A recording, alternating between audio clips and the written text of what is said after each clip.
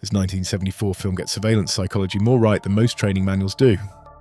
We begin with a god's eye perspective of San Francisco's Union Square. Even though it's a heavily populated, public space, it's a location that can be surveyed. That god's eye opening shot is doing real tradecraft work. Elevated positions, parabolic microphones in a crowded public space. The essay flags that the rooftop mic was initially mistaken for a rifle. In California, surveillance equipment in public can draw law enforcement contact fast. How your gear reads from a distance matters legally and operationally. Proud.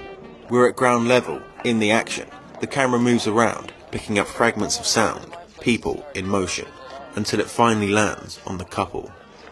Their conversation starts to get picked. Multiple devices capturing 40% each, then mixed together.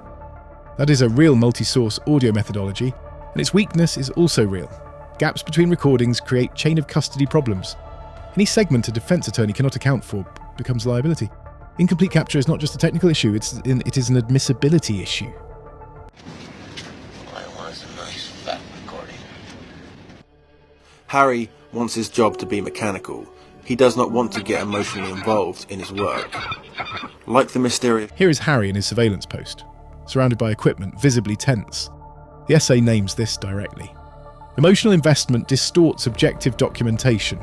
In real casework, an investigator who starts rooting for an outcome stops recording what is there and starts recording what they expect. That is how cases fall apart at deposition.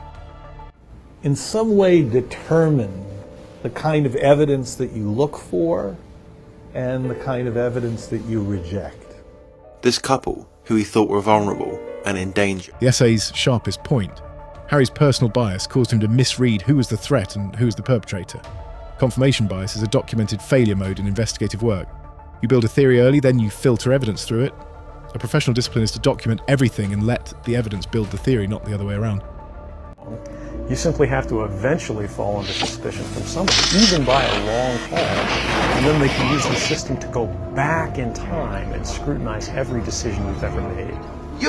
That quote about retroactive scrutiny of every decision you ever made is the core legal and ethical warning this film carries. California Business and Professions Code 7539 requires licensed PIs to operate lawfully and without harassment.